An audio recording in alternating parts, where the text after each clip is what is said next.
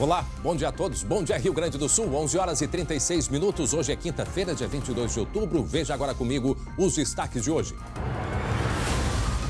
Fim da angústia. Médica é resgatada após sequestro em Erechim, no norte do estado. Ela ficou num cativeiro por 5 dias. Mas afinal, por que ela foi alvo dos criminosos? Tudo leva a crer que realmente era um cunho patrimonial.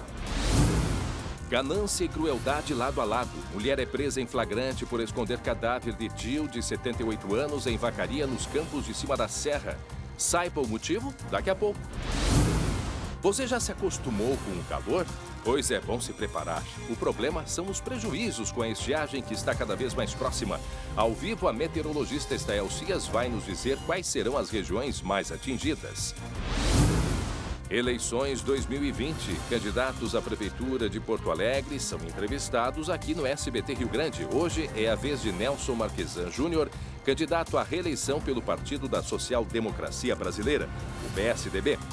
O SBT Rio Grande, a sua companhia na hora do almoço, já está no ar. Muito bem, já estamos de volta com o SBT Rio Grande, agora faltando 15 minutos para o meio-dia. Atenção para este recado aqui. Outubro é o mês de conscientização e combate ao câncer de mama. E o Amor Saúde, a maior rede de clínicas populares do Brasil, preparou condições especiais no atendimento particular para você que é mulher e tem mais de 35 anos. Marque sua consulta de clínica médica, ginecologia ou mastologia por apenas R$ 64,00. É isso mesmo, R$ 64,00. E se seu médico prescrever, você pode fazer exames relacionados ao câncer de mama, como mamografia e exames de sangue preventivos destes pacotes que aparecem aqui na sua tela. São pacotes que incluem a consulta particular com um profissional médico, mais os exames. Então, minha amiga, se toque. Ligue agora e marque a sua consulta por apenas R$ 64,00 no Amor Saúde. Confira as condições em amorsaude.com.br. O telefone é o que aparece aqui embaixo para você, 0800 723 8773. Amor Saúde, quem ama, cuida. Muito bem, chegou a hora de quê? Da gente falar de esporte?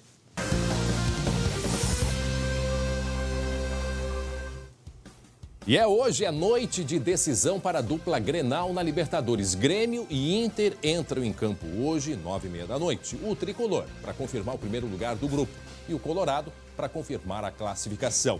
Para Biscoito Zezé, carinho que vem de família. Meus irmãos Glauco Paza e direto da Arena, Jeremias Werneck, que está aí na linha, né, Jeremias? Tá na linha, cheio de gracinha esse André, né? Quintou, Jeremias, quintou, André. Muito bem. Dia de jogo da Copa Libertadores para os dois. Tanto o Inter quanto o Grêmio jogam 9h30 da noite. A gente já está vendo o Jeremias no palco do jogo do Tricolor. A gente vai dar uma olhada, Jeremias, como é que está a classificação do grupo, né? O grupo E, que é o grupo da dupla Grenal nesta competição. O Grêmio é o líder, tá? O Grêmio já está classificado, 10 pontos, e logo atrás está ali o Inter, 8 pontos. O Inter pode até perder, que se classifica. É claro que ninguém está pensando nisso. Na verdade, o Inter quer vencer, quer ser o primeiro do grupo, passar o Grêmio, inclusive, porque daí tem a decisão já na próxima fase em casa. É fase de mata-mata ou mata ou morre, sei lá como queiram chamar, enfim. Mas vamos lá, começando pelo Tricolor, que neste palco aí, né, Jeremias, pega a equipe do América de Cali e tem um retorno pra lá de interessante, né? Que é a dupla de zaga titularíssima, Jeromel e Kahneman, né, Jeremias? Essa dupla aí, tem até uma faixa, depois eu vou procurar mostrar com mais calma com o Rodrigo, mas o Glauco, André, TV ao vivo é assim, tá? Eu vou dando uma caminhadinha, porque Jeromel e Kahneman, lá em 2017, eles fizeram uma coisa que vários gremistas sonham que esse time faça de novo. Lá no início de 2021, é chegar perto dessa taça aqui, Olha aqui, Tá? Então, Jeromel e Kahneman, titulares decisivos em 2017, vão conduzir esse time do Grêmio hoje em campo contra o América de Cali. E a torcida espera que conduzam também o time mais pra frente na Libertadores, né, Glauco? Que Depois coisa de um ano, linda, eles voltam a jogar Libertadores. Que coisa linda. Tô falando do troféu, tá? Não te ilude. claro. Coisa linda esse troféu aí, Nunca todo me iludi. mundo de olho. Não. Me diz uma coisa, Jeremias, você que sabe de tudo, sabe de todos. Churin está confirmado? É o novo atacante do Grêmio? Glauco, falta assinar, tá? Falta só isso. Mas o acordo com o time do Paraguai... Não, o acordo com o time do Paraguai tá fechado. O acordo com ele, Diego Churin, tá fechado. E a gente está a alguns passos da sala da presidência do Grêmio. Daqui a pouco pode sair alguém dali com uma boa notícia. Mas é questão de horas. O Diego Churin, 30 anos, vai reforçar o Grêmio. O Grêmio vai pagar o quê? 8,5 milhões de reais, né? Isso pro Glauco é dinheiro de cafezinho, né? É dinheiro de outra coisa, mas desse horário não pode. Então, ele vai ser contratado, contrato de 2 anos. E a ideia do Grêmio, Glauco e André, é que ele já chegue assim, ó, no final de semana, já começa a treinar e fica à disposição o mais rápido possível, viu? É o famoso upa e upa. Agora vamos falar de Inter, porque o Inter também joga às 9h30 da noite, lá no Chile, contra a Universidade Católica, para confirmar a vaga. E time misto, Jeremias? Pois é, rapaz. E agora? Assim, ó, como tem jogo com o Flamengo domingo, todo mundo imaginou, Cudê vai segurar os titulares. Não, ele levou todo mundo pro Chile. Mas sabe como é que é o Cudê, né, o Glauco? Ele não vai entregar de barbada essa esquilação. Quem sabe é esse pessoal da imprensa aí. Tá bom. Saiu bem dessa, tá bom. Ó, tá bem, galera? Não, mas assim, ó, pode ser que ele preserve alguns titulares. Por exemplo, o Thiago Galhardo pode ser preservado. Afinal de contas, Glauco, a conta é muito simples. Empatou, carimbou, passou.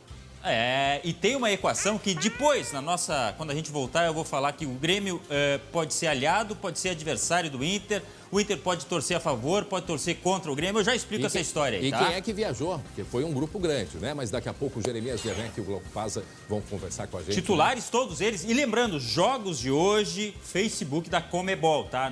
Pelo contrato não tá no SBT, mas está lá à disposição na Comebol para vocês assistirem, tanto o Inter quanto o Grêmio, tá bom?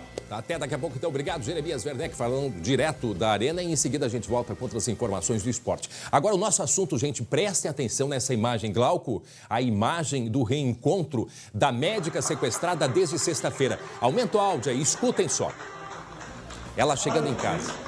Olha aí, olha a comemoração. Depois de 5 dias em cativeiro. Olha a festa, a alegria da família, gente. Que emocionante isso. 5 dias em cativeiro, uma festa na cidade dela, quando ela foi, então, depois liberada, depois de um excelente trabalho feito pela polícia, né? Um trabalho de investigação. A polícia que foi desde sexta-feira tentando compreender, e ela que foi levada a quase 500 quilômetros de distância da cidade de Erechim, foi levada para o Paraná. Em seguida, a gente vai trazer mais detalhes e informações do desfecho, né, desse importante trabalho executado pela polícia e terem preservado a vida dela, porque os criminosos, eles eram muito bem, Glauco, muito bem treinados, eles sabiam muito bem o que eles queriam e como fazer. Tanto é que pediram resgates altíssimos. Vamos acompanhar o que disse o delegado, um dos delegados que participou, não é, de toda essa busca aí pela médica. Acompanhe. Foi bem organizado, tá? Não foi uma coisa assim aleatória, e nem eu posso dizer que foi jamais diríamos que seria um ato de amador. Não foi. Muito bem, tá aí então. Agora nós vamos direto para o Paraná, porque nós vamos conversar com a nossa colega que está neste momento lá no Paraná. Lá no Paraná é a Cristiane Guimarães, da Rede Massa. Ela está em Cascavel nesse momento, está nos escutando bem. Muito obrigado pela participação aqui com a gente. E a nossa pergunta, para você contar um pouco para nós, como que isso tudo foi desvendado, foi ontem à noite, né? Por volta de 9h30 da noite. Olá, bom dia. Mais uma vez, obrigado pela participação com a gente. Bom dia, André. Bom dia a todos os nossos amigos do Rio Grande do Sul, de Erechim. Felizmente, a gente pode participar com vocês, trazendo um desfecho feliz dessa história. E isso graças à integração de forças da Polícia do Rio Grande do Sul, do Paraná e também de Santa Catarina. O reencontro, André, da Tamires com a família aconteceu ontem em Laranjeiras do Sul, por volta das 11 da noite. E foi marcado por muita emoção, por muita comoção. investigação. A cidade praticamente parou durante esses quase 6 dias de sequestro. Os moradores da cidade se reuniram na Praça Central em vigília, pedindo pela libertação de Tamires. E isso aconteceu de forma muito eficaz e competente por parte da polícia. Ela não tinha nenhum tipo de ferimento, estava bem, claro que abalada psicologicamente. Imagina. Agora vai fazer aí um acompanhamento, mas estava muito bem, abraçou os familiares, encontrou os pais, os amigos, aliviada, né? Eu acho que aquela angústia que a família viveu durante 131 horas de um sequestro que aqui no Paraná, pelo menos, é o mais longo da nossa história, chegou ao fim assim de forma feliz, né? Nós sabemos agora as últimas informações de que Tamires e os pais devem ir ainda hoje a Erechim para prestarem depoimento, conversarem e darem detalhes sobre esse caso. A polícia ainda apura aí a motivação desse sequestro. A princípio, os sequestradores solicitaram um resgate de R$2 milhões, um valor bem alto. E uma informação que surpreendeu até mesmo a família, André, é de que um dos suspeitos aí de arquitetar todo este sequestro é um morador da cidade de Laranjeiras do Sul, vigilante em uma agência bancária, mas que havia pedido licença aí por motivos de saúde. Cristiane? 3 pessoas foram presas que estavam no cativeiro. Cristiane, para quem está chegando agora, faltando 5 Pois minutos para o não. meio-dia, nós estamos conversando com a colega Cristiane Guimarães. Ela está em Cascavel, no Paraná, faz parte dos nossos amigos, colegas da Rede Massa. Mais uma vez agradecemos a tua participação, Cristiane. Mas essas imagens que nós estamos vendo, para quem está chegando agora, nós estamos mostrando o final, né? Depois de 5 dias em cativeiro, a médica de Erechim, que por volta de 11h30 da manhã de sexta-feira estava saindo de um posto de saúde onde ela trabalhava quando foi sequestrada. Aí eu queria, com a tua ajuda, dentro do possível, Cristiane, a gente recuperar. Aí o momento que ela está saindo, a gente mostra agora a imagem, o momento que ela sai e quando ela foi, então, abordada pelos criminosos. Ali atrás da árvore que tudo acontece. Ela sai do posto de saúde e começa a atravessar a rua. A partir daí, ela foi levada para a cidade de Laranjeiras do Sul, pelo que se sabe, cerca de 500 quilômetros de Erechim. E eu queria que tu explicasse para o telespectador, ela chegou a ser levada na própria sexta-feira. Por que Laranjeiras do Sul? Eu acho que é bom a gente explicar para o nosso telespectador também. E a partir daí começaram as negociações, né, Cris? Exatamente, André. A médica Tamires trabalhava nessa unidade básica de saúde como ginecologista e costumava almoçar em casa, mora realmente em Erechim. E no horário do almoço ela foi raptada.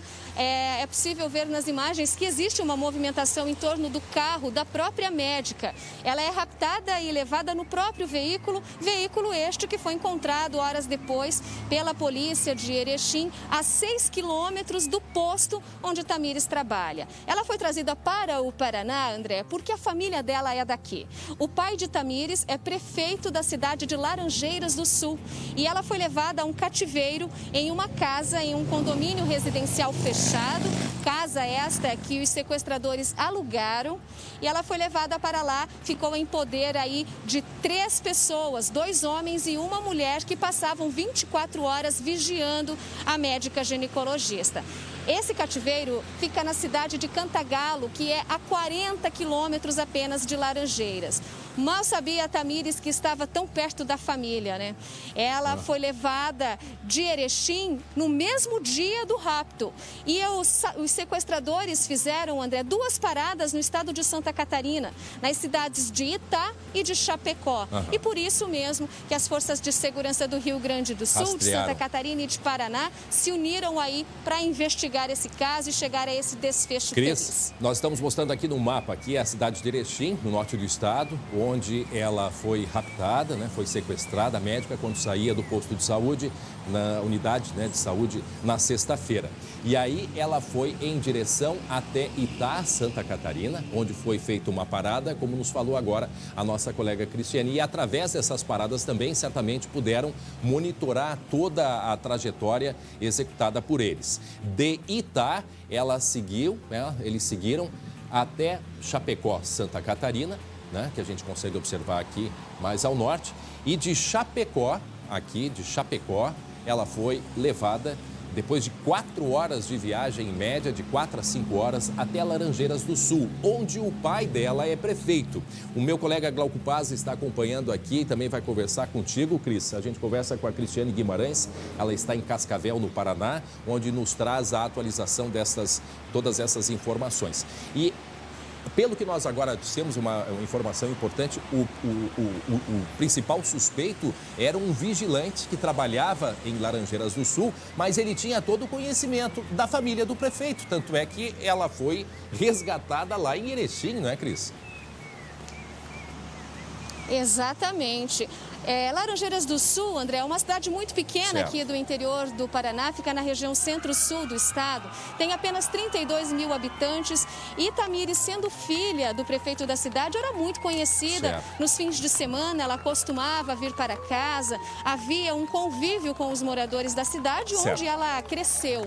Então, certamente, o vigilante conhecia ela, sim, seguiu todos os passos de Tamires. Sabia de todos os detalhes e a polícia aí chegou rapidamente a ele. Né? Cris, esse encontro foi na cidade de Laranjeiras, é isso, né? O encontro, quando ela reencontra a família, foi em Laranjeiras do Sul, certo? Tá bom. Eu quero agradecer Cristiane Guimarães, direto de Cascavel, no Paraná. Muito obrigado, mais uma vez, por todas essas informações ao vivo, colega da Rede Massa, lá no Paraná. Muito obrigado. E é isso, né, Glauco? A gente vai seguir com mais detalhes sobre a investigação, sobre todo o trabalho da polícia e, principalmente, o que disse um dos delegados que participou da investigação, Glauco. Agora, André... A expertise desse grupo criminoso que foi conduzindo, né, foi conduzindo a situação e exigindo um pagamento de R$2 milhões.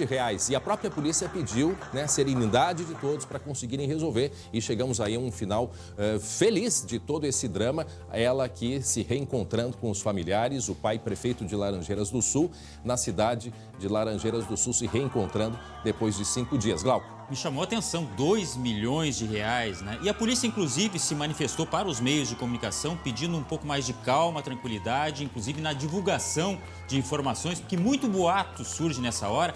A gente cumpriu o nosso papel, vamos deixar claro aqui, né, André?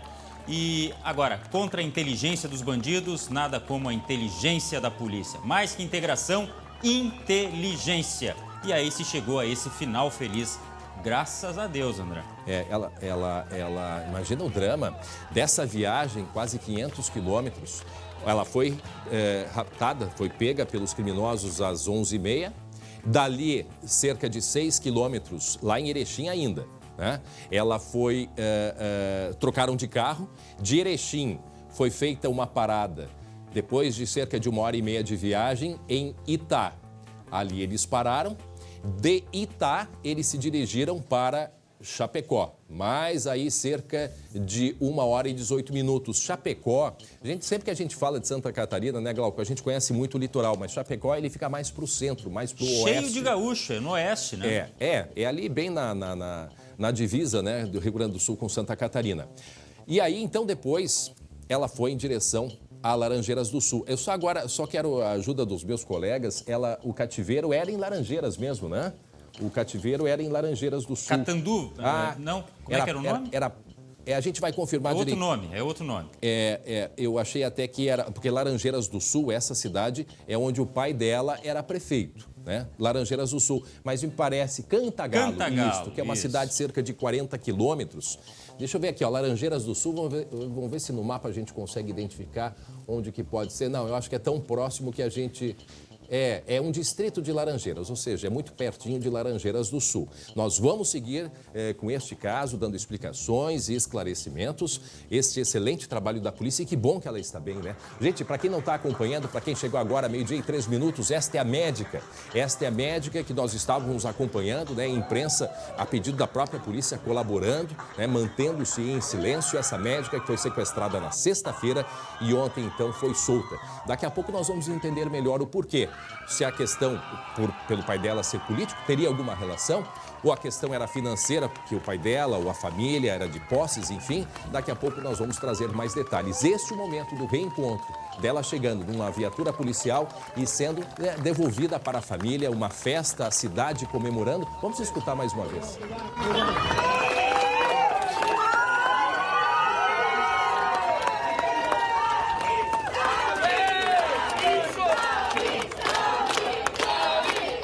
Tá certo. Tá aí, que bom então, de volta a casa, a família sendo recebida. Fisicamente ela está bem, imagino que emocionalmente um tanto difícil, né, pelo que se sabe o que ela passou, mas daqui a pouco a gente atualiza e traz outras informações. Agora, Glauco, deixa eu ter uma conversa contigo e com quem está em casa nos acompanhando. A gente vê a criminalidade, né, se desenvolvendo das formas mais diferentes possíveis. Esta médica que foi sequestrada, e agora nós vamos contar uma história que é inacreditável. Para a imagem ali, para a imagem. Para a imagem, para a imagem, com os dois na tela. Volta ali um pouquinho, para a gente poder explicar bem o que nós vamos relatar agora. Vamos botar ali no início, porque eu quero mostrar esta mulher, uma mulher de cerca de 40 anos, né, Glauco? Cerca de 40 anos. O que ela está fazendo ali naquela imagem junto com o policial? O que ela está fazendo? Para aí a imagem, para aí. Neste momento, esta mulher está aqui, ela de branco, cerca de 40 anos. Quem era esta mulher? Esta mulher era cuidadora de um tio, né? Cuidadora de um tio. Ela cuidava de um tio. Aonde?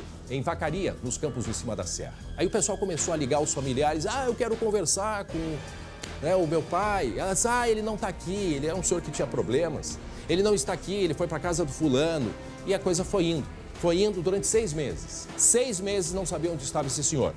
Chegou um momento, né, que a polícia entrou no meio.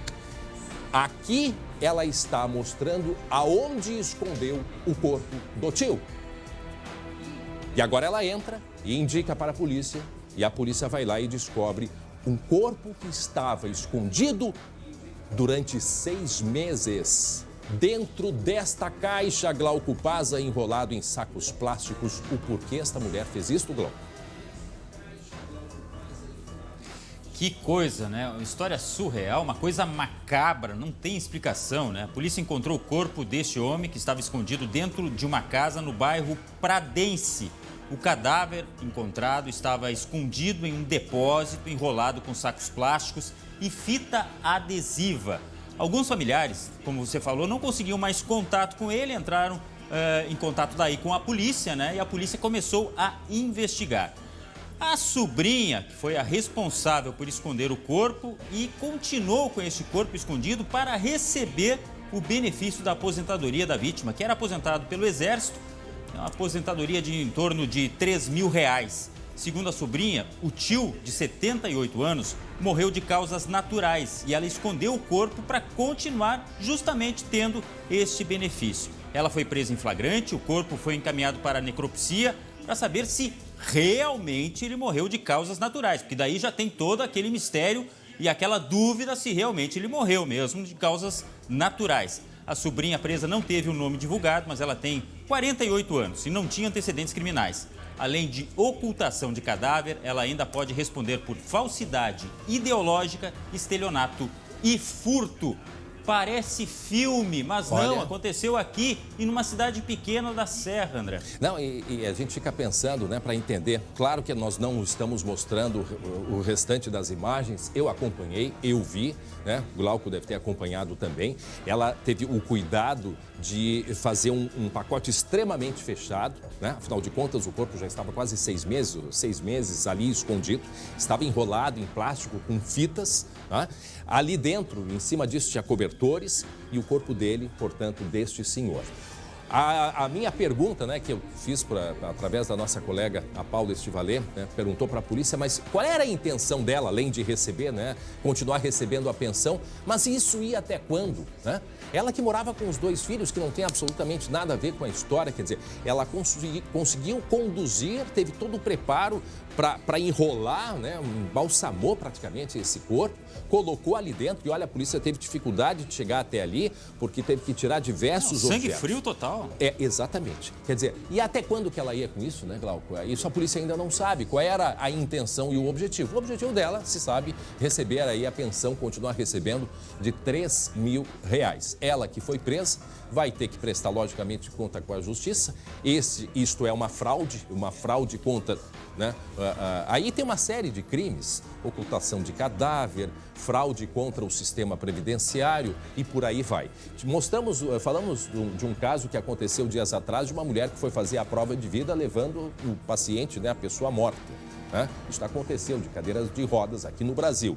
E agora a gente se depara com essa situação no Rio Grande do Sul, na cidade de Vacaria, nos campos de cima da serra. A pergunta, Glauco, aonde que as pessoas vão parar? Né? É uma reflexão que a gente faz. Portanto, o registro deste caso, repito, aconteceu em Vacaria, nos campos de cima da serra. Ontem que foi, né? A polícia conseguiu, então, desvendar este crime praticado contra um idoso, praticado pela sobrinha, que depois que ele morreu, ela escondeu o corpo para que ele continuasse recebendo a pensão de R$3.000. Vamos mudar de assunto agora. Atenção, 12:09. Chegou ao fim, na noite de ontem, o sequestro da médica gaúcha Tamires Mignoni, de 30 anos. Ela estava desaparecida desde a última sexta-feira, quando foi vista pela última vez em Erechim, no norte do estado, quando saía do trabalho por volta de 11h30 da manhã. Ela foi sequestrada e aí a imagem do reencontro com a família. Ela estava num cativeiro no Paraná, numa região próxima à cidade onde o pai dela era prefeito.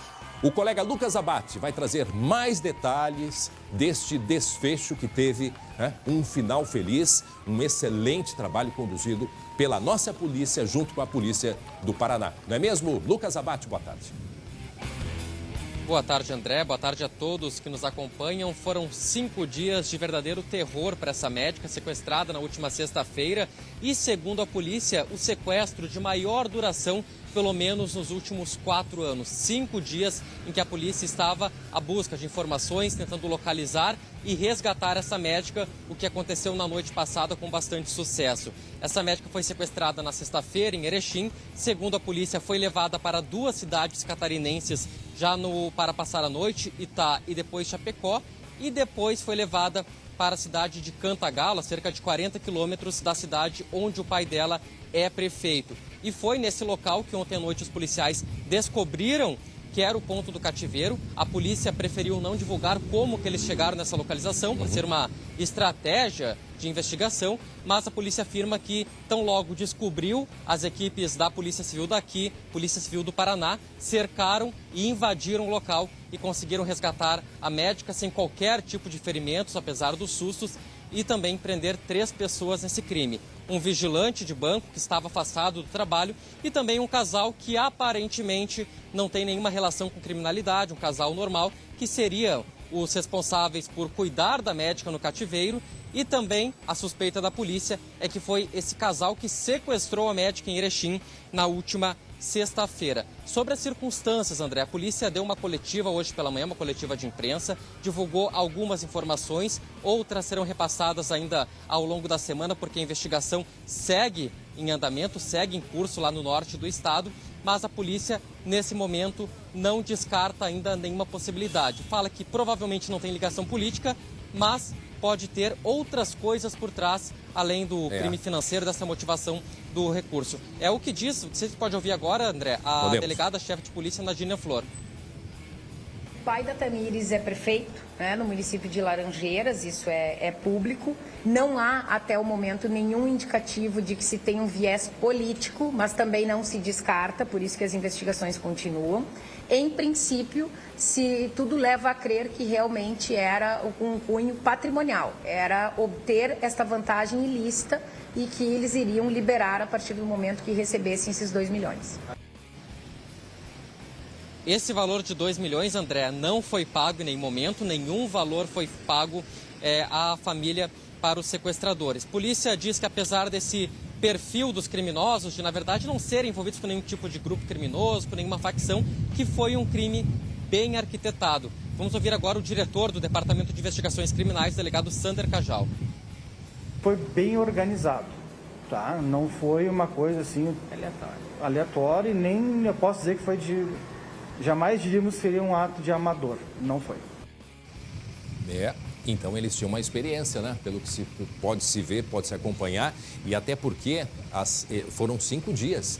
E tu manter uma pessoa 5 dias e todo foi muito planejado. Para quem está chegando agora, 12:03, tá aí a imagem, a última imagem vista da médica Tamires, que saiu por volta de 11h30 da manhã na cidade de Erechim, saiu do trabalho, uma unidade de saúde, estava atravessando a rua para ir almoçar em casa, quando ali perto das árvores ela foi raptada, foi sequestrada por criminosos. Vamos mostrar o mapa para onde ela foi levada. levada. Dali, ela foi colocada em um automóvel, no automóvel dela mesma. Aí levaram cerca de 6 quilômetros de distância, trocaram de automóvel, aí o automóvel dos criminosos. De Erechim, eles viajaram até Itá, cerca de 1 hora e 22 minutos de viagem. Passaram um tempo por lá, depois de Itá, eles foram em direção a Chapecó, que é mais aí cerca de 1 hora e meia, 1 hora e 18, 1 hora e meia de viagem. De Chapecó, né, que fica mais ao centro de Santa Catarina, eles foram até a região de Laranjeiras do Sul, na verdade, uma cidadezinha a 40 quilômetros de Laranjeiras do Sul, onde ela foi colocada em cativeiro. É uma região que se chama Cantagalo. E ali era local estratégico, né, Glauco? Porque o pai dela é prefeito na cidade de Laranjeiras do Sul. Agora, a nossa colega, a Cristiane Guimarães, que conversou com a gente há pouco ao vivo, lá do Paraná, lá de Cascavel, nos informa que quem montou, né, quem planejou ou quem liderou, quem tinha informações sobre a vida dela e a vida do prefeito, né, ela é filha do prefeito, era um segurança de uma agência bancária. E agora a polícia começa, a partir disso, né, compreender como que ele sabia, né, Lucas, todas essas informações e o foco, né, o motivo principal, se tem a ver alguma ligação política, mas pelo visto e pela própria delegada Nadine Anflor falou, a questão era patrimonial mesmo, era uma questão financeira. Se sabe, Lucas, qual era a intenção, os próximos passos desse grupo criminoso para conseguir esse dinheiro, já que esse dinheiro não chegou na mão deles? André, esse vigilante foi preso, o vigilante do banco, estava afastado dos trabalhos, conseguiu uma licença médica para planejar o crime. Para participar também do sequestro, para planejar Pediu uma o crime. licença para planejar o crime. Mandante.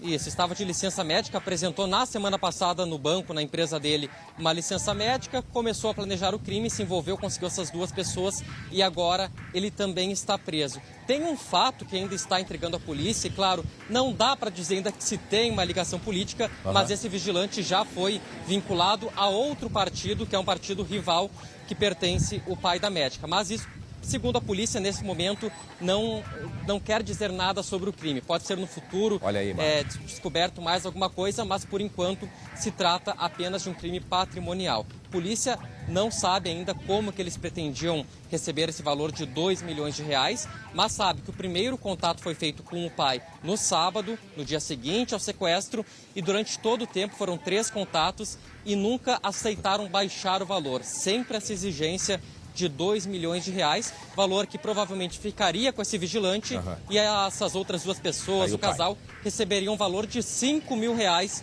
pelo serviço que foi prestado nesse período, André. Claro, a polícia já prendeu esses 3, tem a confirmação da participação de mais uma pessoa que já foi identificada, não se sabe ainda qual a relação dessa pessoa e não descarta o envolvimento de outras pessoas ainda nesse crime. Portanto, aí o momento que ela reencontra a família, aí o momento, acho que são os policiais, né? Os policiais que trabalharam nessa investigação, policiais do Rio Grande do Sul e também do Paraná.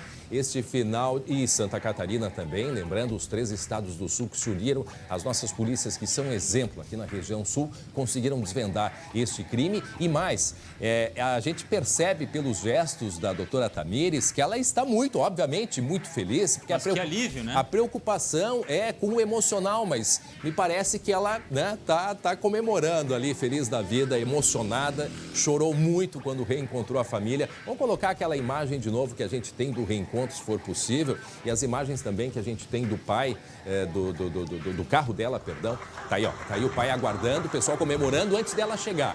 E aí, em seguida, ela chega e daqui a pouco a gente vai trazer mais detalhes e informações sobre este caso que comoveu a todos nós. Um desfecho feliz, tá aí o encontro do pai com a filha sequestrada durante 5 dias.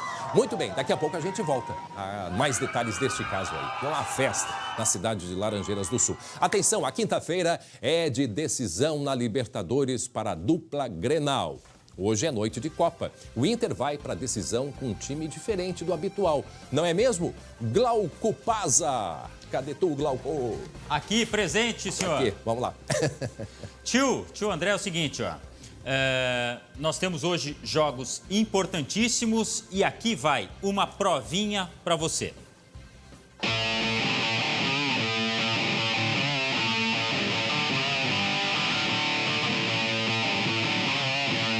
é o modelo de jogo do Inter, independente dos jogadores que estão entrando, a gente tem um conceito, né?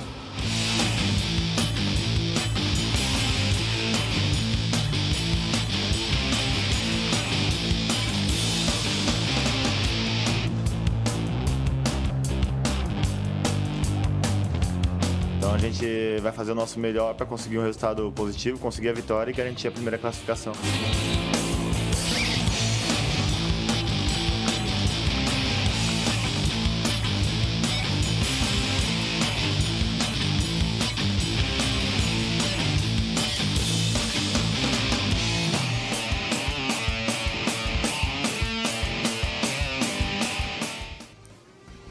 É só um aperitivo, tá? Só um aperitivo. Bom, seguinte, ó.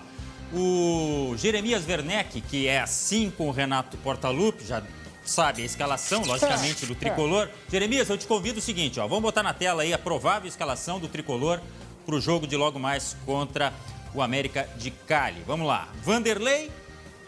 Vamos lá, tá aparecendo na tela aí. O Vanderlei, Vitor Ferraz, Jeromel, Kahneman e Cortez. Maicon, Matheus Henrique, famoso Mateuzinho, Luiz Fernando, Jean-Pierre, Pepe e Diego Souza. É mais ou menos por aí. Podemos ter alguma variação, tipo o Diogo Barbosa, alguma coisa assim, né, Jeremias? Eu tava fazendo as contas aqui. Pode ser que apareça o Diogo Barbosa e pode ser que apareça, sei lá, o Robinho ali no meio campo, tá? Existe essa dúvida. O Jean-Pierre, todo mundo quer ver o Jean-Pierre jogar, né? Eu quero ver o Jean-Pierre jogar. Faz muito tempo que ele não começa um jogo, né? Mas ele tem que esperar para ver. E tem um outro detalhe aí, viu, André e Glauco? Tem a bateria de exames para Covid-19, né? Ah, é verdade. Então, vamos ver se... o Inter já fez e aí já tá no Chile, então, em tese, o Inter já tá com todos os jogadores à disposição. O Grêmio tem adotado a prática de anunciar pouco antes do jogo. Então, tem também esse outro elemento aí para fazer um quebra-cabeça nas próximas horas, né? E todo cuidado é pouco. O time feminino do Inter, 10 casos positivos. Nossa. Bom, mas vamos falar do time masculino. Do Grêmio, né? Do Grêmio, perdão. Vamos ao Internacional.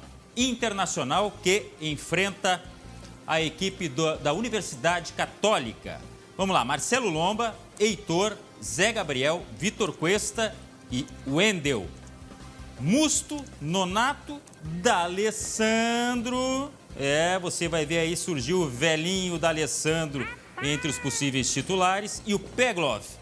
William Potker ressurgiu e Yuri Alberto foi liberado da seleção sub-20.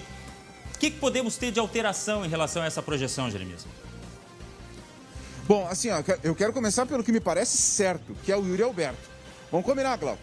Se o Inter pediu pro cara não ir pra seleção, é porque ele vai jogar, né? Não vai pedir liberação de treino para ele ficar no banco. Então o Yuri Alberto tá certo. Me parece que o D'Alessandro também, que é um cara com experiência. Bom, essas coisas de gente experiente o Glauco sabe. Então, agora, do meio para trás, eu vou com calma. Eu não boto a minha mão no fogo que o Musto vai jogar, viu? Pois o Musto vai voltar pro time do Inter. Ué, estão dizendo que ele vai renovar? Eu não sei de nada. Quem diz é esse pessoal da imprensa aí. Olha só. Bom, mas não deu nem tempo de eu falar que é esse pessoal da imprensa, rapaz. Eu sou mais rápido. Olha só. O Inter tem motivo para torcer a favor e contra o Grêmio. É complicado, mas é a realidade. É o seguinte, ó. Torcer contra, porque o Inter, se vencer, pode passar a ser o primeiro do grupo, tá? E torcer a favor, porque daí o Inter pode até perder o seu jogo, que o Grêmio ganhando do América de Cali, o Inter já está garantido também. Então tem essas duas questões, é coisa curiosa, né? Só o futebol para fazer isso. Agora tem o seguinte, ó. Ontem tivemos brasileiros em campo, 2 belas vitórias, tá? Os 2 já estavam classificados. O Flamengo derrotou o Júnior Barranquilla por 3-1, jogo no Rio de Janeiro. Foi uma vitória muito fácil, dá para considerar assim, do time carioca. O Flamengo fez 3-1 ao natural e se classificou em primeiro no grupo. O negócio agora é esperar a próxima fase. É um dos candidatos, sim senhor, o Flamengo do Domi, que agora não é mais do Jesus. Tem alguém acima do Jesus, será? Domi Deus? Bom, vamos lá. Palmeiras e O João de Tigre. Deus é auxiliar do, É o João de Deus. Jesus, né? É. Palmeiras e Não tinha Tigre. como o Flamengo não ganhar, né? Com esse time abençoado. Palmeiras e Tigre. O Palmeiras deu de 5-0 no Tigre da Argentina. O Palmeiras que vem mal no Brasileiro, ou vem com uma sequência ruim, digamos assim. Na Libertadores vai muito bem, obrigado. Venceu, classificou antes já desse jogo, é o primeiro do grupo. Vai tudo muito bem, também espera agora pelo desenrolar de toda esta competição. E lembrando que amanhã temos sorteio sim, da próxima fase. E sabe onde você vai acompanhar tudo isso? Sabe, Jeremias? Onde será? Onde será? Onde? Onde é que é a casa da Libertadores, Jeremias? Hã? Ó, rapaz, aqui, rapaz. Tá? E eu prometo Jeremias Bernec, falando em espanhol. Ah, não. Tá vendo? Chega de falar espanhol, Glauco. Sim, porque depois do grande Tico... Sim. Pois. Segundo Chacho Cudê, grande Tico Jeremias Bernec.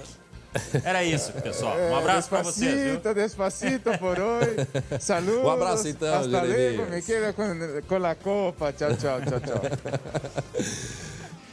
Glauco Paz, daqui a pouco a gente volta a conversar. Muito bem, 12h e 25 minutos. Atenção, olha só, daqui a pouco nós vamos ter entrevista ao vivo aqui, porque todos os candidatos à Prefeitura de Porto Alegre, eles estão sendo entrevistados aqui no SBT Rio Grande. E hoje é a vez de Nelson Marquesan Júnior, candidato à reeleição pelo Partido da Social Democracia Brasileira, o PSDB. Portanto, daqui a pouco teremos 10 minutos de conversa com o candidato Nelson Marquesan Júnior. Eu tenho um recado para vocês. Sempre, aliás, a gente tem bons recados, não é verdade? Você já deve ter visto a IBCM por aqui, não é mesmo? Já há bastante tempo a gente vem falando dela. A saúde, o plano de saúde da IBCM tem tudo o que você precisa. Nossos amigos aí, servidor público, servidor municipal ou estadual. Olhem só, diversas especialidades médicas e terapias, atendimento e serviços de odonto, unidades próprias, ampla rede credenciada, sem limite de idade e o valor não muda de acordo com ela, né? Não há coparticipação, né? Conforme a idade.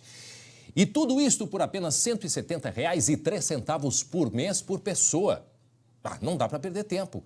Ganhe saúde. Ligue agora, 51 3230 5511 ou mande um WhatsApp para o número que aparece aqui na sua tela. IBCM, o plano de saúde feito para o servidor público. Gente, atenção, voltamos a falar sobre o caso da médica que foi resgatada depois de 5 dias. 5 dias sequestrada. Lembram? Quem não acompanhou, a médica foi sequestrada na sexta-feira, quando saía do trabalho, e foi levada lá para o Paraná, cerca de 400, 500 quilômetros de distância, em Laranjeiras do Sul, onde o pai dela é prefeito. Ela foi colocada num cativeiro próximo a Laranjeiras do Sul. Uma informação que nos chega agora, atenção. Imagine o drama da família, porque os criminosos, eles deram a prova de que ela estava viva. Imagine o drama da família. Sim, para comprovar para a família que ela estava sendo bem tratada e que ela estava viva, eles provaram isso. E quem vai nos explicar é o Lucas Abate, que tem essas informações, né, Lucas?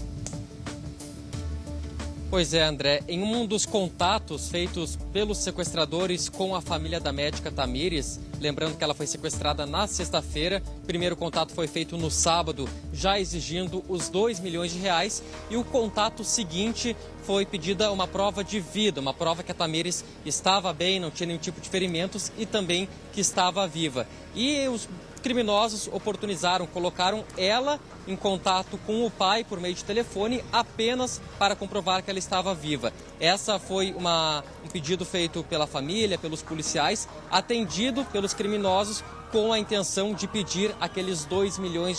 Lembrando que nesses contatos que foram feitos entre os sequestradores e a família, sempre exigindo esse valor exato, não aceitavam nenhum tipo de negociação, nenhum tipo de redução de valor, então eles tinham um valor bem específico que foi pedido do início ao fim. A polícia não divulga como é que localizou o cativeiro, até a gente já passou o itinerário dela, que saiu, passou por 2 cidades de Santa Catarina para depois ser levada até o Paraná, mas a localização desse cativeiro só foi descoberta ontem mesmo. Ontem os policiais descobriram, foram imediatamente ao local do cativeiro e não teve aquela situação que os policiais cercam o local, tentam fazer algum tipo de negociação, até porque os criminosos, pelo que se sabe, não apresentaram nenhum tipo de reação, não esboçaram nenhum tipo de ameaça a ela e nem fizeram exigência quando os policiais chegaram no local. Então, a partir do momento que os policiais chegaram, já estouraram o cativeiro, como eles costumam dizer, invadiram o local e já tiraram a médica ali sem nenhum tipo de ferimento, André. E essa prova de vida, repete pra gente como que ela aconteceu. Como que os criminosos, e depois tu vai dizer pra gente quem são os criminosos, como que eles provaram para a família que ela estava viva. Para quem não acompanhou, agora meio-dia e 29 minutos, o momento em que a médica a doutora Tamires reencontra a família depois de 5 dias em cativeiro. Isso aconteceu ontem à noite por volta de 9h30 da noite. Está aí o pai dela recebendo, ela desce correndo, ela que está com aquela camisa vermelha, abraçando a família. Uma festa na cidade de Laranjeiras do Sul, lá no Paraná, depois de ter percorrido, foi levada, sequestrada de Erechim, cerca de 400 quilômetros até Laranjeiras do Sul. Conta pra gente como que foi essa prova de vida, Lucas. Uma ligação por telefone, André. Os criminosos fizeram um primeiro contato apenas exigindo dinheiro. Um segundo contato foi pedido e eles colocaram ela no telefone para falar rapidamente com o pai, para dizer que estava bem, que não estava sofrendo nenhum tipo de violência física e para dizer que estava viva mesmo. Uma prova de vida para os criminosos continuarem essa exigência de R$2 milhões. Depois disso, ainda teve um terceiro contato. Dessa vez, não foi feita essa prova de vida. Apenas uma das ligações, a Tamires conversou com o pai para dizer que estava bem, André. Temos aí imagens, vai falando enquanto isso, enquanto tu fala, Glauco, a gente vai mostrar algumas imagens do local onde ela trabalha. Já temos aí o local de trabalho dela, da doutora Tamires. A gente não sabe quando que ela vai retornar. Está aí o posto, a unidade de saúde em Erechim, onde ela trabalha. E ela saiu por volta de 11h30 de sexta-feira para almoçar, atravessou a rua e no momento que atravessa a rua, em seguida a gente vai mostrar a imagem também, ela foi abordada pelos criminosos que a partir daí ficaram com ela em cativeiro até a noite de ontem. Tá aí a imagem que a gente acompanha. Essa aí já é onde, essa imagem aí? Ah, tá aí o carro dela parado, esse carro branco, esta caminhonete. Eles, os criminosos, colocaram ela dentro do carro, do próprio carro dela, andaram cerca de 6 quilômetros, aí passaram para um carro deles e abandonaram este veículo, Glauco. Pois é, eu queria, não sei se o Lucas tem essa informação, eu queria saber dele, se a polícia falou em termos de armamento, porque esse pessoal é organizado, mas não é do crime organizado, né? E certamente em cidade pequena todo mundo se conhece. Esse criminoso aí que era vigia de banco, eu não sei se ele tinha acesso a armas também. Você tem alguma informação, Lucas? Até esse questionamento foi feito para a polícia na coletiva de imprensa hoje pela manhã, mas esses detalhes sobre armamento, quem estava armado, se teve algum tipo de ameaça, não foi esclarecido porque as equipes que estavam no local, que estouraram o cativeiro, ainda não retornaram para o Rio Grande do Sul. A polícia nessa coletiva disse que no primeiro momento queria apenas esclarecer que estava tudo bem, que a operação correu bem. E detalhes sobre a investigação em si, sobre o local, até sobre como era o cativeiro, não foram divulgados nesse primeiro momento. Não, o que se sabe é que ela foi preservada, foi bem tratada pelos criminosos, pelo que se sabe, né, Lucas? Ela não sofreu violência física, não sei se violência emocional, é claro que por estar ali já é uma violência emocional, mas se eles faziam algum tipo de tortura, isso a gente ainda não sabe, não se tem essa informação, mas vamos continuar acompanhando e trazemos aqui sempre que a gente tiver atualização a respeito deste caso. Portanto, aí a médica encontrada e resgatada com saúde depois de 5 dias em cativeiro. Obrigado, Lucas Abate, pelas informações. Agora vamos falar da violência no centro aqui de Porto Alegre, porque a Polícia Civil prendeu o segundo homem que participou do assalto a um apartamento no centro histórico aqui da capital gaúcha. 2 mulheres foram esfaqueadas neste assalto e uma delas ainda está internada em estado grave. Na tela a gente explica. O suspeito foi detido na noite dessa quarta-feira e levado para a primeira delegacia de polícia da capital, que atende a região do centro histórico onde o caso aconteceu. Quem passa diariamente pela região reclama da falta de segurança. Hoje mesmo presenciei um roubo a celular ali na Júlio de Castilhos, e ontem aconteceu aquele incidente aqui nessa rua, né? Quando atentam lá na esquina, estão roubando aqui. Quando estão roubando aqui, estão roubando na Cidade Baixa, em todos os lugares. Na noite de terça-feira, uma câmera de segurança flagrou a ação da dupla. O homem atravessa a rua e invade o apartamento perto da janela. 1 minuto depois, outro se aproxima. Lá dentro, a moradora e uma amiga tentam reagir. Uma delas foi esfaqueada. Depois, os dois fugiram do local.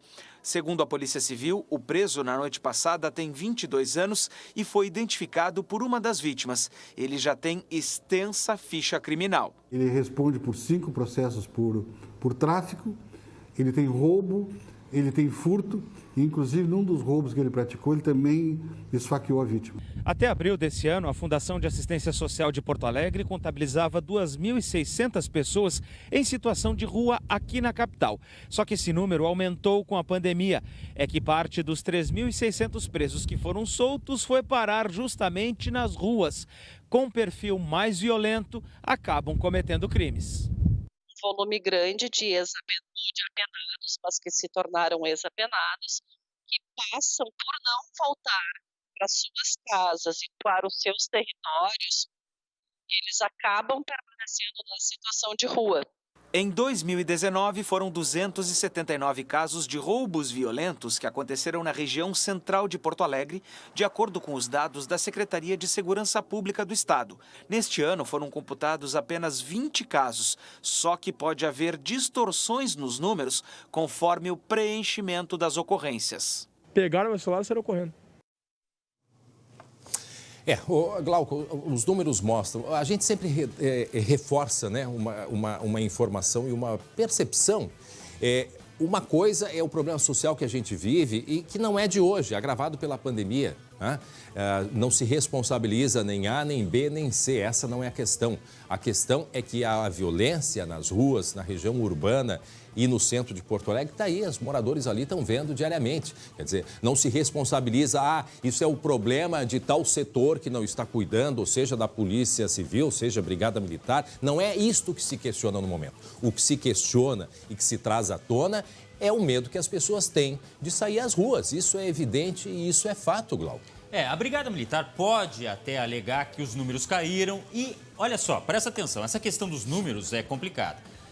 Apontam uma grande realidade que existe, mas não aponta tudo. Por quê? Pode ter uma morte, só que uma morte significa muito. Então, alto lá com a questão dos números, né? Cuidado. A verdade é o seguinte, pode estar no subconsciente também, ninguém tem tranquilidade para andar no centro. Essa é a verdade. A brigada que também a gente tem que falar o que está acontecendo na rua, né, André? Nós, infelizmente, até seria bom se tivesse um policial em cada esquina, não ia resolver também. A questão, ela não é essa, a questão ela é muito mais profunda, é uma questão social, é uma questão de educação. A questão do policial ali, ela é pontual, ela é momentânea. O que a gente fala é de algo que, de fato, precisa ser feito. Nós temos muito a recuperar e, principalmente, no momento de pandemia. Recebi um relato agora de manhã, uma colega nossa, a Grazi, que precisou ir no centro de Porto Alegre, e ela me disse hoje de manhã, eu fiquei com medo, como se a todo instante estivessem prontos para me atacar. Então, quer dizer, um relato que é dela, um relato da nossa colega, e isso é constante. Então, essa questão da segurança, que não é só o problema no centro, isso é uma questão e não é só de Porto Alegre, isso é um problema social que o Brasil vive neste momento. E só para terminar, olha só, isso aqui é a solução e é o problema ao mesmo tempo. E leva a outros crimes também. Obrigado, Glauco Paz. 12h37. Bom, o SBT Rio Grande está, te dando a oportunidade de conhecer melhor os candidatos à Prefeitura de Porto Alegre. Esse é o momento de falarmos das eleições 2020.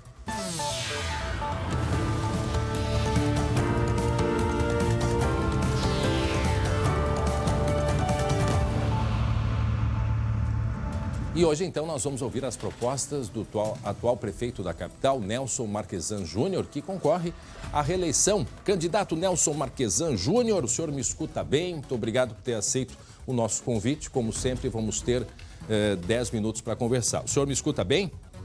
Olá, André, escuto perfeitamente bem. Olá, telespectadores. Bom, então a partir de agora eu vou acionar aqui o relógio e vou passando aí a regressiva. A primeira pergunta que eu quero fazer para o senhor, diferente da pergunta que eu faço para outros candidatos. O que o senhor, se reeleito for, não vai fazer numa próxima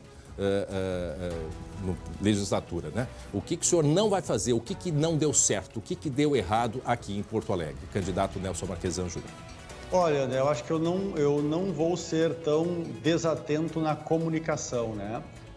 A gente fez o maior volume de entregas em quase todas as áreas da cidade, mas não comunicou bem isto à sociedade. Então, hoje a gente tem 150 mil novos porto-alegrenses na saúde e a sociedade não percebeu que nós demos acesso a essas pessoas. A qualidade dos serviços do atendimento básico evoluiu muito com a contratualização desses serviços. Então, eu não vou pecar tanto na comunicação, eu vou me comunicar melhor ainda com a sociedade para ela entender a evolução disso e valorizar certos conceitos de gestão, como combate à corrupção, valorização ao dinheiro público, eliminação de privilégios.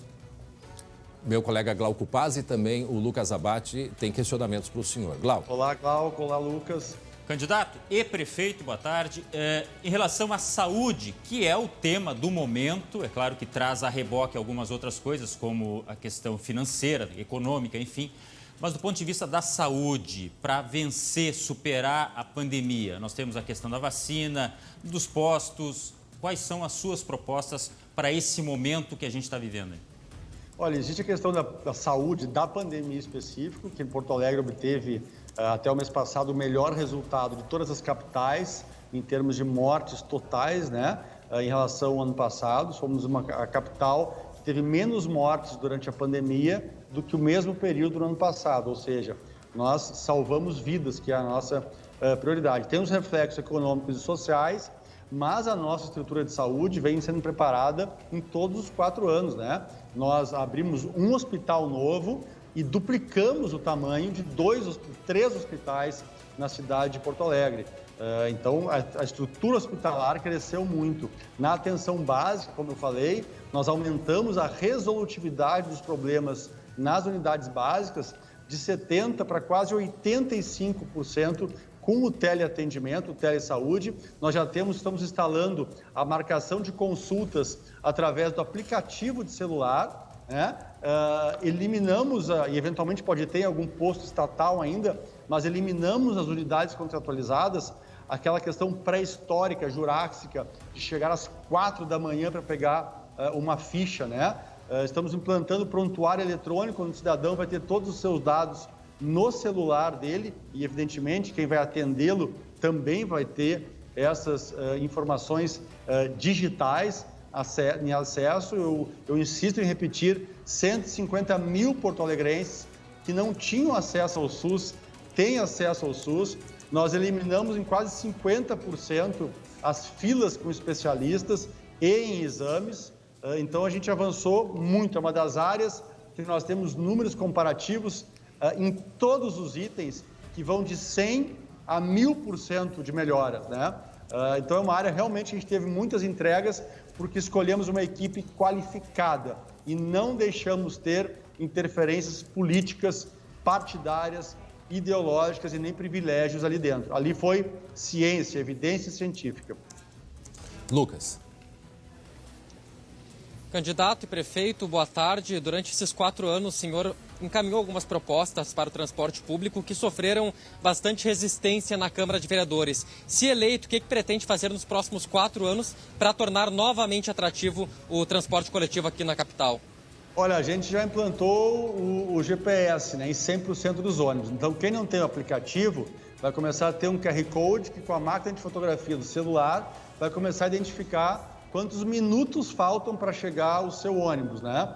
Então, isso dá muito mais conforto, segurança, tempo de vida em outros lugares, porque sabe que vai precisar ir daqui a 5, 10, 15 ou 20 minutos para a parada, né? A gente conseguiu reduzir em 80% o índice de assaltos nos ônibus, é um indicador de 15 anos atrás. A gente implantou faixas exclusivas que, naquelas linhas que são beneficiadas, reduziu, em média, 25 minutos por dia da pessoa no ônibus, que não vai ficar mais dentro do ônibus, vai viver em outra atividade, né? O ônibus é meio necessário. 5 minutos. Então, a gente vai ampliar a renovação de frota na Carris, já ampliamos, é a maior renovação de frotas da história da Carris. Estamos com uma auditoria na bilhetagem, isso é inédito. Já fizemos um acordo judicial com as empresas que o valor que elas recebem da compra de vale transporte, que é remunerado pelos bancos, vai ir para reduzir a tarifa, né, de transporte. Então, a gente conseguiu avançar muito. Com o reconhecimento facial na bilhetagem eletrônica das gratuidades, retiramos mais de 30 mil cartões fraudulentos e aumentamos a segurança dentro dos ônibus. Precisamos avançar muito com a visão de que transporte ele tem uma utilidade econômica e social, transporte público. Então, ele tem que ser visto como saúde pública e como educação pública, né? Não dá para o usuário, como é em Porto Alegre, pagar a tarifa inteira, porque ele é a pessoa que mora mais longe, é o trabalhador que recebe menos, é a pessoa mais vulnerável. Candidato, o senhor pretende, na primeira pergunta, o senhor disse, vai melhorar a comunicação, né, com as pessoas, com a população. Aí eu lhe pergunto que também depende da boa comunicação com demais parceiros, Câmara de Vereadores, para que seja um sucesso uma administração. O senhor acha que pecou também na comunicação com seus parceiros, com vereadores, enfim? Com certeza eu devo ter pecado, né? Para ter sofrido 5, 6 impeachments, né? Para ter sofrido CPI sem ter cometido nenhum crime. É evidente que eu não vou expandir essa comunicação. O argumento é que eu não tenho diálogo, né, André? Vamos ser sinceros. É esse. Quando não se tem argumentos, a gente argumenta que falta diálogo. Eu vou repetir aqui. O meu diálogo, ele é dentro de uma linha da ética, da moral, da honestidade. Este diálogo 3 minutos ainda. Eu vou manter e ampliar. Fora disto, vira corrupção. E aí Porto Alegre voltaria às páginas policiais como em governos anteriores. Isto a população pode ter certeza. Não aconteceu nesses 4 anos e se eu for reeleito, Porto Alegre não voltará nas páginas policiais, a não ser nos casos onde nós denunciarmos, como aconteceu com o nosso governo, e que aí a polícia foi bater em alguns gabinetes. Glauco. Prefeito, o senhor fala em escola pública, mas não estatal. Como é que funcionaria isso? 2,20. Já funciona, né? Nós temos mais de 200 entidades conveniadas na educação infantil, que não são estatais, mas são públicas, as escolas comunitárias, e temos as 3 primeiras escolas charters, né? Uma delas é a Lumiare, que é uma escola que está na Holanda, que está nos Estados Unidos, que está em São Paulo, escola de rico, que nós estamos levando para a periferia, pagas com dinheiro público, gratuitas para a população, mas com um compromisso de entregar mais educação, sob pena de não receberem os valores que estão no contrato. Assim como são os demais contratos de entidades comunitárias, filantrópicas, na área da saúde, na área social, que tem vocação específica para isso, mas que tem compromisso com a entrega e não compromissos prioritários com o sindicato ou com interesses partidários. Lucas. Prefeito, a gente viu há pouco na reportagem um crescimento no número de moradores de rua em Porto Alegre, principalmente durante a pandemia. Qual é o plano, o projeto para essas pessoas para saírem das ruas e retornarem para casa? A gente já fez uma ampliação em uma série de serviços com programas específicos para essas pessoas em situação de rua e para que a gente possa fazer a virada, né? Uma expansão de 200%, 300%, 400% em vários serviços, inclusive na área de relação com pessoas com dependências químicas, que é uma boa parte das pessoas que estão com situação de rua. Então é a expansão desses serviços e, sem nenhuma dúvida, a retomada da economia para que a gente possa abrir mais caminhos ainda para a independência, né, dessas pessoas, além da assistência que a Prefeitura tem que dar. O senhor tem ainda 38 segundos para consideração final. Só quero agradecer a oportunidade aí e dizer que a gente tem que a oportunidade de continuar com as reformas, combatendo a corrupção e focando os recursos públicos no interesse público, como a gente tem feito agora nesse período de 4 anos. Queremos continuar as entregas e ampliar. Tem mais 15 segundos. Quero agradecer a oportunidade aqui de vocês e dizer que os princípios e valores serão mantidos nesse período, André. Tá certo. Quero agradecer mais uma vez o candidato Nelson Marquesan Júnior, candidato à reeleição, que, como todos os candidatos aí, responderam aos questionamentos aí durante os 10 minutos. Obrigado mais uma vez, uma boa tarde para o senhor. 12h48, atenção para esse recado aqui, ó. O recado é da Solução Financeira, meus amigos da Solução Financeira. Olá, boa tarde. Vamos agora para o recadinho da Solução Financeira. Presta atenção quem está pagando financiamento de veículo, de carro, moto ou caminhão. Você pode economizar dinheiro e a Solução Financeira que pode te ajudar. Já são milhares de casos resolvidos e teve gente que já economizou até 70%. Já pensou, pessoal? Você que está sofrendo ameaças de perder o veículo, ficar com o carro na garagem e ainda economizar tudo isso? A Solução Financeira vai fazer uma análise totalmente de graça. O número é o 51 98324 5480. Sabe aquela parcela que você não tem o dinheiro? Aquela parcela que já está em atraso?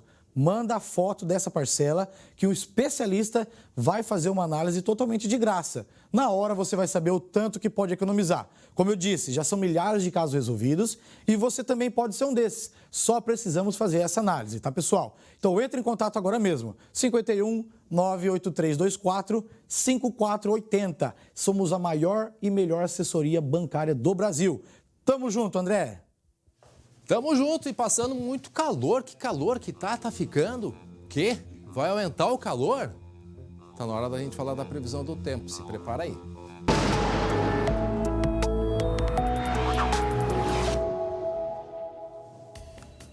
Com a nossa especialista meteorologista Estael Cias. Tudo bom, Estael? Tudo certo, Que boas notícias trazes pra gente, Estael? Olha, temos boas e más notícias. Temos aí para todos os gostos. Vamos começar falando do que está acontecendo agora. Isso. O vento, tem vento na rua? Só começou, né? Tem mesmo? Um pouquinho de vento, mas olha só, a gente tem aqui a imagem do satélite, temos uma frente fria aqui bem ao sul, trazendo muitas nuvens para a Zona Sul, Campanha e aqui mesmo na Grande Porto Alegre. A gente tem a região metropolitana, litoral com muitas nuvens. A pressão atmosférica está mais alta aqui, mais baixa ali. Tem ar quente aqui no norte e noroeste. Vai aquecer muito de novo lá na região da fronteira com a Argentina em Missões. E isso vai trazer muito vento para as próximas horas. Me chamou a atenção ali. Dá para botar a imagem anterior, por favor, gente? Desculpa. Mostra ali o noroeste do estado no mapa. Aberto. A gente vê que está aberto aí, a chuva não chega lá. Não chega lá. Nós temos uma espécie de um bloqueio que não deixa a chuva acontecer ali na região das Missões. Já são 6 semanas praticamente sem chuva por lá. E com muito calor, então a situação realmente preocupando bastante. Para quem não vive no campo, no interior, não tem noção do que acontece nesse momento lá, aquela região ali de Frederico Westphalen, Santa Rosa, o pessoal do interior está recebendo água de caminhão em pipa para os animais tomarem, porque quem não tem nascente da água não tem água, né? E a estiagem ainda nem começou, de forma geral. Bom, vamos para o mapa de hoje à tarde. Então, aqui, diante desse cenário, tem instabilidade lá no sul e no leste. O que a gente tem? Previsão de algumas pancadas de chuva em Pelotas, com 19 graus, tempo fechado, segue por lá. Aqui na região metropolitana, ali no vale, a temperatura vai subir mais, porque o tempo vai abrir hoje à tarde em alguns momentos. Então, 29 graus, tempo abafado. 26 graus em Caxias do Sul, Santa Rosa com 30 graus aqui, mas acho que vai esquentar um pouquinho mais. Uruguaiana com 32, também calor hoje à tarde. Santa Maria com 31 graus. Aqui, tempo seco. Aqui, alguma instabilidade e vento forte, pegando toda essa parte leste, incluindo a região do entorno da Lagoa dos Patos e o litoral.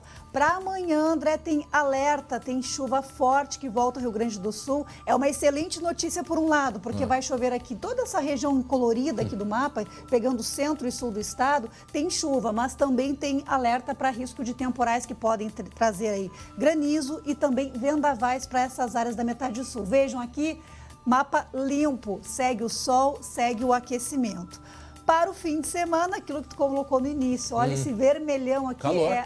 Ar quente, calor, abafamento aí previsto para o fim de semana. A gente volta aos 36, 38 graus lá em Santa Rosa, São Borja, região de São Luís Gonzaga. A Zona Sul também tem 28, 29 graus em Pelotas. Grande Porto Alegre com 34, 35 graus, especialmente no domingo.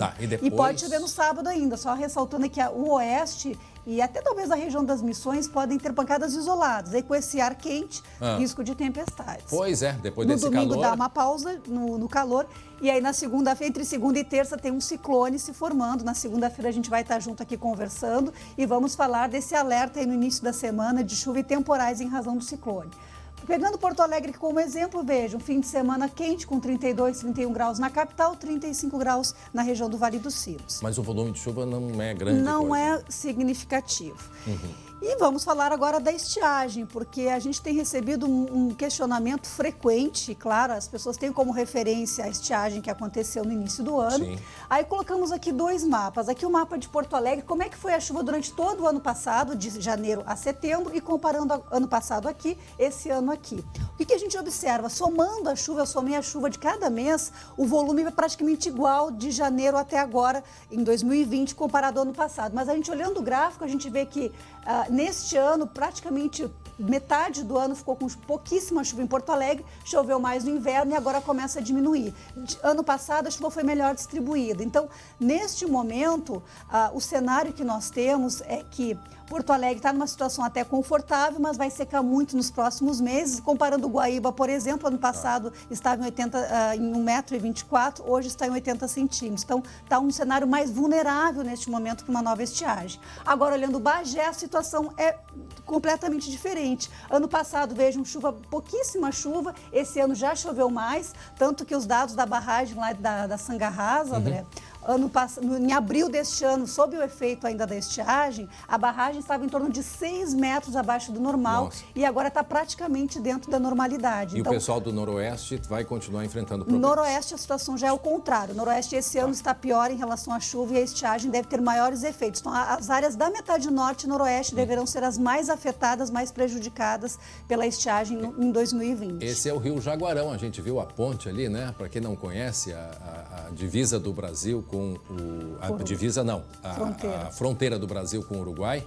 O Rio Jaguarão, a gente vê muitos blocos de terra, mas isso até é normal ali, porque o rio ele é muito largo, né, Estel? Claro. Mas a gente vê, mas ele de qualquer forma também está baixo o Jaguarão. Deu uma melhorada também nessas últimas semanas. Então, metade norte é esse nosso recado. Preocupação principalmente com o setor agrícola e com a pecuária, como tu relatou, que já algumas áreas já estão sentindo falta de água aí para abastecimento. Nos vemos na segunda-feira com o dia de verão. Segunda-feira falando de ciclone na segunda-feira. E dia de verão, segunda? Ainda assim bem abafado. Então até segunda-feira, bom fim de semana, Estael. Até lá. Muito bem, gente, atenção, nosso assunto agora é polêmica, né? Como sempre tem uma polêmica. Agora é a polêmica envolvendo a vacina chinesa contra a Covid-19.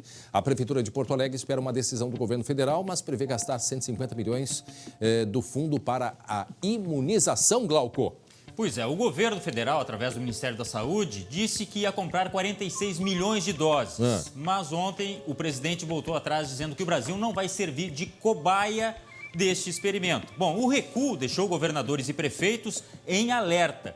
Por aqui, o governador Eduardo Leite afirmou que a compra da vacina contra o coronavírus não deve ter influência política.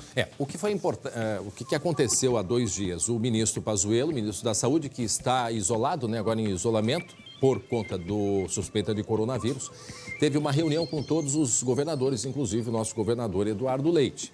E aí o governador comemorou dizendo que tudo indicava que nos primeiros 3 meses do ano que vem nós poderíamos receber a vacina, tudo indo conforme, né, está indo bem em termos de testes da vacina. Só que aí, no dia seguinte, houve toda essa mudança, porque o ministro Pazuello disse, né, que já estava fazendo todo o preparativo para garantir, e isto ia aliviar muitos prefeitos e governadores, já que o governo, né, federal estava se adiantando. A partir do que disse o presidente Bolsonaro, aí agora o pessoal não sabe o que de fato vai acontecer. Se é os estados e municípios que vão ter que se reorganizar para fazer a compra ou se de fato o governo federal... De espera. Exatamente, é o que a gente aguarda para os próximos dias. O governador falou, vamos ver o que ele disse aí. A decisão sobre a inclusão de uma vacina no Programa Nacional de Imunização deve ser eminentemente técnica e não política. Nós temos instituições renomadas trabalhando sobre esse assunto, como a Fiocruz, o Instituto Butantan, e o que deve ser observado é a condição de segurança, a viabilidade técnica e também a agilidade para disponibilizar essa vacina para imunizar a população. Está aí a posição do governo do estado e a Prefeitura de Porto Alegre também se manifestou. Veja. Eles já chegaram a desenvolver uma vacina para outro coronavírus, outra SARS, né, aquela epidemia que houve no início dos anos 2000, e é um método de produção de vacina, que é o cultivo celular, que já é bastante dominado pela ciência, por utilizado em diversas outras vacinas, como, por exemplo, a da Raiva. Tá aí a posição da Prefeitura, lembrando que aqui no Brasil há o acordo com o Instituto Butantan em São Paulo, né? Que a gente conhece muito bem, de amplos trabalhos na área, né? Agora a gente começa a olhar por um lado, bom, de fato, questão política, vamos deixar isso seguir aí nos próximos dias. Até porque a gente tem pouquinho tempo e eu queria falar, hoje de manhã eu escutei o Antônio Barra, é o presidente da Anvisa, que é a agência reguladora, que é o órgão de fato que vai autorizar a vacina, né, aqui no Brasil. O nosso colega, o Daniel Scola, inclusive, ele forçou, né? Quando é que a gente vai ter a vacina de fato? Ele disse, olha, a gente não pode garantir absolutamente nada, mas não ter uma data também é um problema. Então, assim, os próximos 6 meses do ano novo, de 2021, eles acreditam que nesse espaço de tempo a gente tenha já a vacinação. Bom, nós podia ter um presente de Natal, né? Verdade, poderia. Ficamos por aqui, voltamos amanhã às 11h40, 19h20, segunda edição. E nós temos hoje transmissão, não é mesmo? Pelas... Facebook, tá? Facebook. Da Comebol. E amanhã sorteio. Tchau, gente. Boa tarde a todos. Tchau, tchau.